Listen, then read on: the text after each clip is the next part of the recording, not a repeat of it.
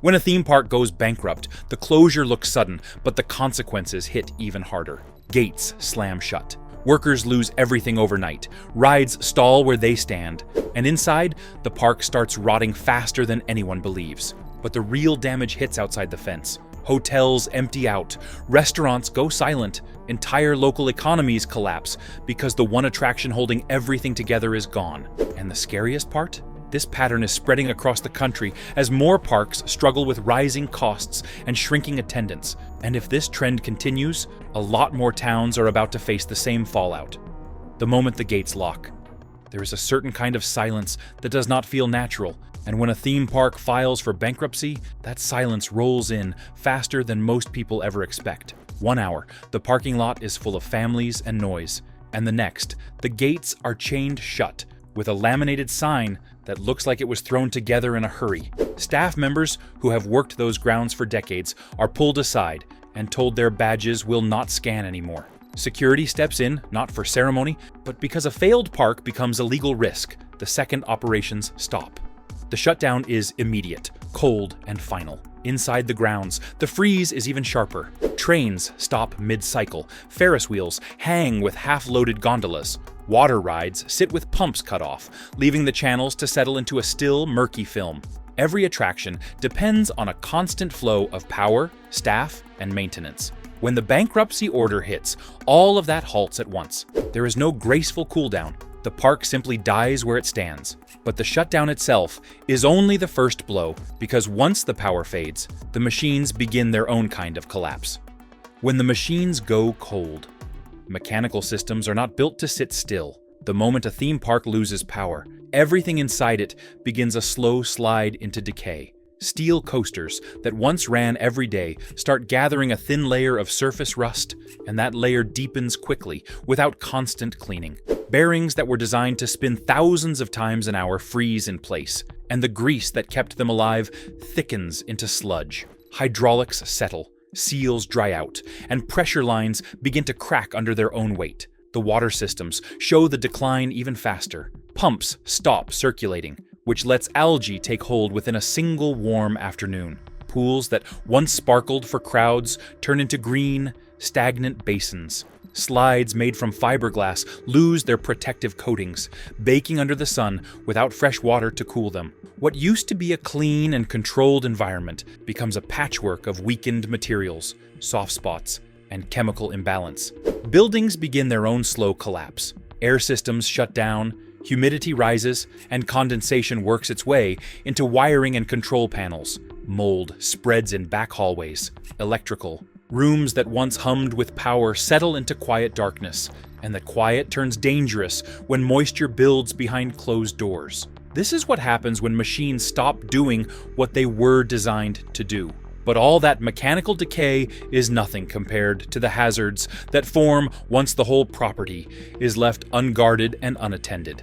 If you're finding this breakdown eye-opening, make sure you like the video, subscribe for more deep investigations, and share your thoughts in the comments. Your insight helps shape future stories and keeps this channel bringing real, researched work to the surface. The hidden hazards behind the fences. Once a park sits without staff, the hazards multiply faster than most people imagine. Walkways that were safe under supervision begin to buckle as small cracks expand under unmonitored weather changes. Wooden structures swell or warp when no one checks moisture levels. Metal stairways loosen as rust spreads around their bolts. A place built for fun quietly becomes a landscape of weak spots waiting for the wrong step. Pools and water features are even worse. When the pumps stop, bacteria explode across the surface, mixing with fallen debris. What looks like a harmless pond becomes a contaminated hazard with unstable edges and hidden drop-offs. Fountains and lazy rivers turn into stagnant basins filled with sharp objects and broken tiles. There is a reason abandoned water rides are often the first zones marked off by safety crews. Electrical systems become unpredictable. Exposed wires loosen as animals slip into buildings. Junction boxes corrode. Outdated breakers seize in place. One spark in the wrong space could turn an entire structure into a fire zone. And with no staff on watch, a fire can burn unnoticed until it consumes a whole section of the grounds. These dangers do not appear all at once, but they never stop growing. Every hour a park sits unattended, the risk gets sharper. And that leads to the deeper question: how does a place built to entertain millions end up in a condition where bankruptcy becomes inevitable? How parks collapse from the inside. Financial failure in a theme park never comes from a single mistake. It builds slowly through small shortcuts and neglected warnings that stack up behind the scenes. Many parks run on thin margins because rides demand constant maintenance, inspections, and expensive replacement parts. When a park starts cutting corners, it usually begins with delayed upgrades or stretched maintenance schedules. A few missed service cycles may not look dangerous on paper, but those decisions weaken the entire operation over time. Attendance plays a critical role as well. When crowds thin out, revenue drops sharply, and parks often try to compensate by cutting staff or reducing operating hours. That creates long lines, poor guest experiences, and a reputation that pushes attendance even lower. Insurance costs rise when incidents increase or when older rides stay in operation longer than recommended. Once insurers start tightening limits or raising premiums, the financial pressure becomes even heavier. Management decisions can accelerate the downfall. Some leadership teams focus on short-term profits instead of long-term stability. Others misjudge the audience, investing in attractions that fail to draw new visitors. When debt piles up and repairs cost more than the park brings in, the collapse arrives quickly. From the outside, bankruptcy looks sudden. From the inside, every warning sign was visible long before the gates finally locked. It is a slow unraveling that ends in a single, irreversible moment. And when those decisions catch up with the operators, the people who keep the place running are usually the first to feel the impact. Workers left with nothing overnight. When a theme park files for bankruptcy, the public usually focuses on the closed gates and the abandoned rides. But the first and hardest hit are the people who kept those rides alive. Entire crews show up at dawn expecting another day of work, only to find their badges disabled and their supervisors standing outside with downcast eyes. Paychecks are frozen instantly because bankruptcy law locks down every dollar the moment the filing goes through. Benefits stop at the same time, including the medical coverage many long-term employees quietly depended on. For workers who spent decades repairing coasters, cleaning walkways, staffing ticket booths, and keeping guests safe, it feels like betrayal wrapped in paperwork. Years of loyalty evaporate in a single morning. Some employees keep uniforms in their cars, not knowing if they will be asked to return or ordered to leave the property. Others watch from the parking lot as security escorts them off grounds they once treated like a second home. What makes it worse is the abruptness. Parks rarely warn staff ahead of time. Corporate offices fear panic, so the shutdown happens fast and cold. Workers who helped build memories for millions are left standing with unanswered questions and no income to bridge the sudden void. But the workers are not the only ones who lose everything, because when a park dies, the entire town around it starts to feel the shockwave. When a park dies, a town suffers. Theme parks do not stand alone. They are the beating heart of entire local economies, and when that heart stops, the decline spreads outward in every direction. Restaurants built around weekend crowds suddenly sit half empty. Hotels that once filled every summer night start discounting rooms just to keep the lights on. Small shops that sold souvenirs, sunscreen, and quick lunches see their daily income cut in half within a single season. Taxi drivers, rideshare workers, and shuttle operators lose steady traffic almost instantly. Families who ran food trucks outside the park gates find themselves trapped with inventory and no customers. Even gas stations take a hit, because thousands of guests no longer stop on their way in or out. A park's collapse turns a busy tourist zone into a quiet strip of shuttered storefronts.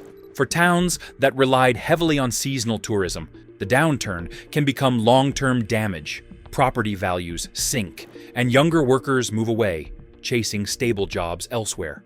Schools lose enrollment, and community budgets tighten as tax revenue dries up. What was once a thriving local ecosystem becomes a struggling region fighting to reinvent itself. Parks may close fast, but towns decline slowly, weighed down by the absence of the crowds that once kept them alive. And while the people around the park fight to survive, the abandoned machines inside the fences trigger a very different kind of scramble. The scramble to sell the steel.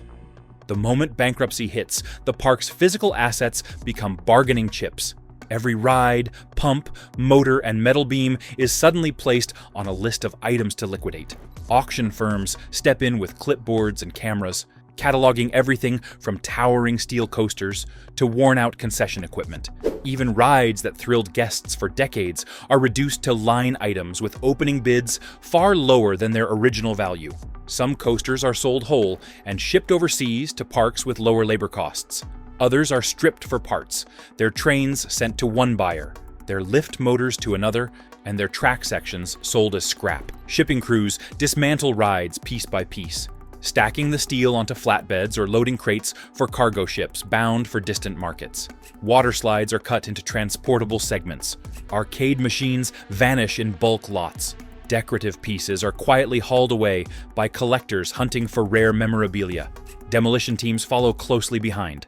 Once the rides are removed, excavators tear out footers, crush support beams, and clear the space down to bare concrete. The park that once held thousands of laughing guests becomes a skeleton of dirt and rubble waiting for the next decision. But even after the steel is sold and the rides are gone, one massive question still sits unanswered. Because the biggest battle is not over the rides at all, it is over the land they once stood on. The land battles nobody wants. When a park goes bankrupt, the land becomes the most valuable and the most complicated asset left behind. Ownership often turns into a maze of conflicting claims. Banks want repayment on outstanding loans. Investors demand compensation. Local governments push for unpaid taxes. And contractors who never received final payments file their own liens. The result is a property so tangled in legal knots that nobody can touch it until the courts sort out every competing claim. While the lawyers argue, the land itself decays. Old buildings collapse under weather damage. Chemicals left behind in maintenance sheds seep into the soil. Pools become breeding grounds for mosquitoes, and abandoned structures attract trespassers. But cleanup cannot begin until someone accepts legal responsibility, and no party wants to inherit a costly environmental bill. Years can pass with the property frozen in limbo. Developers hesitate, unsure whether the land is free of obligations. The city cannot intervene without risking liability. Former employees and nearby residents watch the once lively grounds rot behind fences while the battle drags on. What used to be a place of celebration becomes a legal dead zone. This pattern does not happen in isolation. It is spreading across the industry as older parks face rising insurance costs, aging infrastructure, and shrinking attendance. Each collapse leaves behind not just abandoned rides, but years of unresolved financial and legal conflict that slow entire regions. And as these cases increase, the industry faces a larger question: whether this cycle can be stopped before more parks vanish. The quiet death of America's regional parks. Across the country, smaller regional parks have been fading away in a slow and steady decline that rarely makes headlines. These are the parks generations grew up with, the places where families drove a short distance rather than planning week-long vacations. For decades, they survived on local loyalty and modest budgets, but the pressure from national chains has worn them down. Larger entertainment groups operate with deeper pockets, broader advertising, and the ability to build towering attractions smaller parks simply cannot match. Insurance costs have also climbed steadily, crushing parks that maintain older rides. Those rides require constant inspections, specialty parts, and skilled technicians who are becoming harder to find. When a single claim or incident drives premiums even higher, smaller parks cannot absorb the hit. Attendance drops as younger visitors gravitate toward newer destinations, leaving regional parks struggling to cover basic operating expenses. Many of these parks carried nostalgic weight. They were summer rituals, first jobs, and family traditions. Their decline feels like an era quietly slipping away, unnoticed, until the gates finally close for good. The loss is not just financial, it is cultural. Generations of memories vanish with each closure, leaving behind only rusting tracks and empty lots. But the disappearance of these parks is not just the result of shrinking attendance, because for many owners, the land beneath the parks is worth more than the parks themselves. When developers want the dirt. Developers have learned something that reshaped the entire amusement industry. In many regions, the real estate beneath a struggling park is far more valuable than the business operating on top of it. Land close to highways or within growing suburbs becomes prime territory for retail centers, luxury housing, distribution hubs, or mixed-use developments. Corporations see a cleaner profit in bulldozing a park and selling parcels rather than pouring money into aging attractions. When a park's numbers drop, executives start calculating opportunity costs. They compare the expense of maintaining coasters, water systems, and staff against the potential windfall from selling the property. In many cases, the math pushes them toward redevelopment. Investors who once pushed for new rides begin championing demolition plans. The shift feels corporate and cold, especially for the communities who relied on the park for identity and jobs. The change in priorities frustrates many longtime supporters.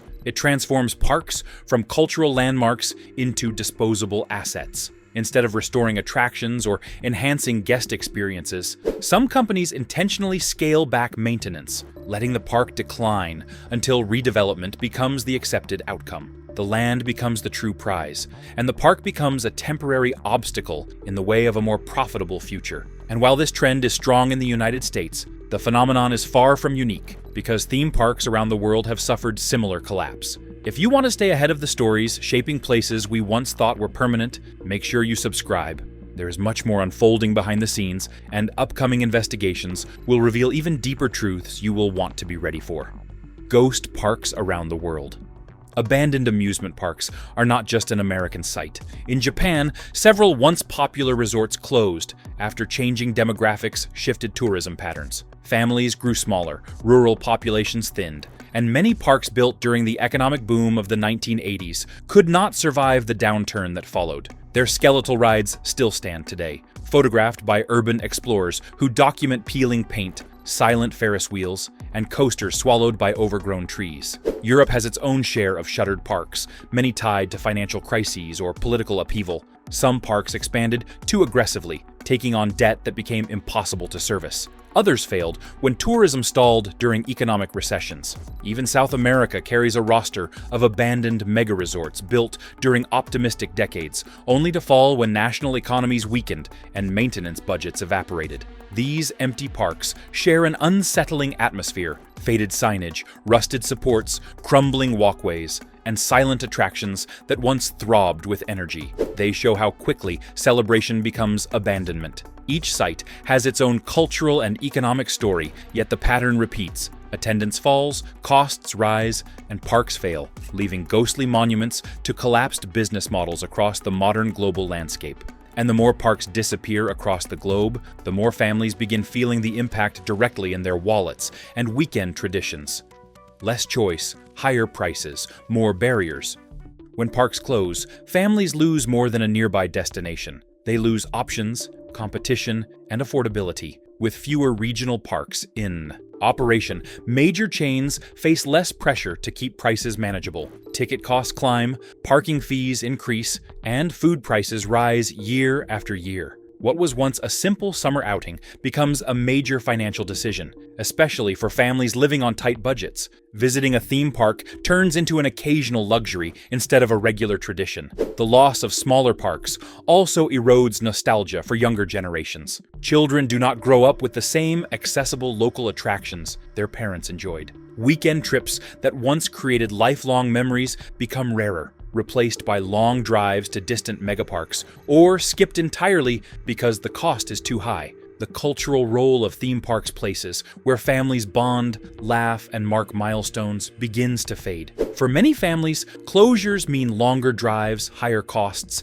and fewer options. With local parks gone, travel becomes harder, and destinations more crowded. These shifts reshape vacations and community life, proving the impact reaches far beyond the old gates today. And while families feel the squeeze today, the next part of the story reveals how the long-term consequences extend into culture, memory, and the fate of entire generations.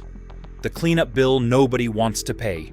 When a park shuts down for good, the cleanup bill rarely lands where common sense says it should. Once the gates lock and the rides stop, the property begins leaking costs instead of generating revenue. Rust spreads across steel frames that must eventually be removed. Old maintenance sheds hide leftover chemicals used for cleaning, painting, and water treatment. And those chemicals seep into soil that was never meant to hold them. Pools turn into stagnant basins that require full draining, sanitizing, and in many cases demolition. Every structure left behind becomes a liability, waiting for a storm or an accident to expose it. Cities do not want the cost. Counties do not want the risk. Corporations that once owned the park try to distance themselves through bankruptcy filings, shielding their assets behind legal language. Developers who might want the land refuse to touch it until environmental agencies sign off on a full remediation plan. That plan can cost millions of dollars, and no private party wants to be the one who signs the check.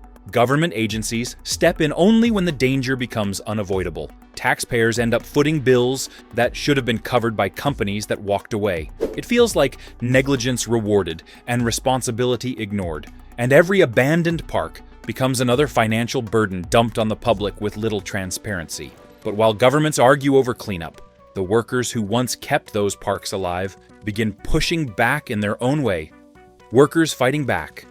After a park closes, workers are often left standing with nothing but unanswered questions. Yet in recent years, some of those workers have refused to let their stories fade. Unions, where they exist, file grievances, and demand the wages owed under contracts. Independent workers band together to seek legal counsel. Class action lawsuits emerge, built around frozen paychecks, unsafe layoffs, and unfulfilled pension promises. What once seemed like individual losses begins to look like a pattern of corporate abandonment. In some states, workplace investigators step in at the workers' urging. They review maintenance logs, payroll records, and incident reports, exposing years of cut corners and ignored warnings. These investigations do not always bring money back, but they force the truth into the open.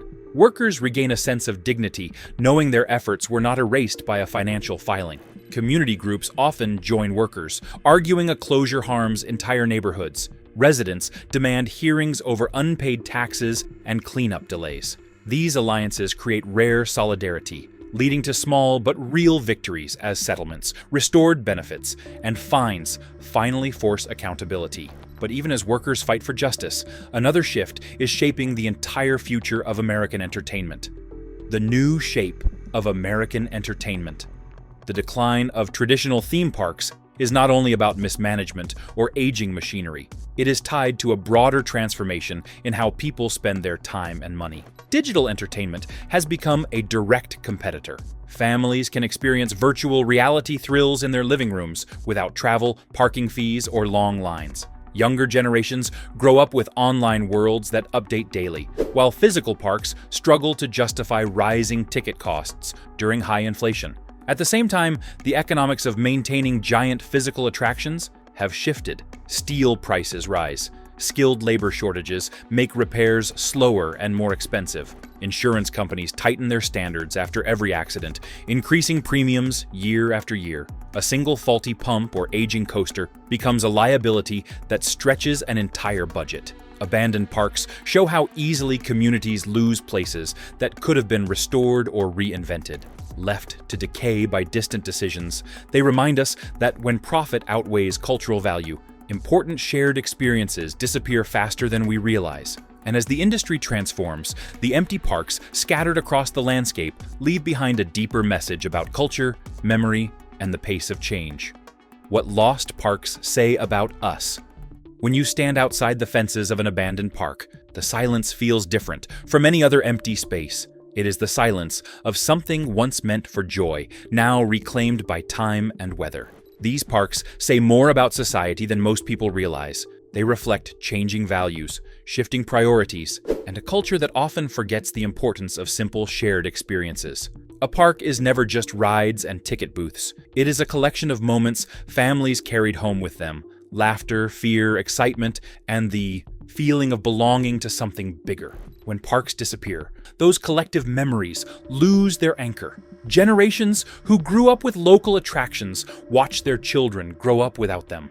The closures mark the end of eras that once defined summers and shaped communities. They remind us that traditions are fragile, especially when economic pressure and corporate interests outweigh cultural significance. Abandoned parks reveal missed opportunities, places that could have been revived or repurposed, but were left to decay under distant decisions. Their fading structures remind us that when profit defines value, meaningful pieces of culture disappear faster than we realize. What happens behind those gates doesn't stay hidden. It affects workers, towns, and entire communities. And with more parks on the brink, this story isn't slowing down. So tell me your take. Who should clean up these abandoned parks? And which one do you think is next? Drop a comment, hit like, and subscribe for more deep dives just like this.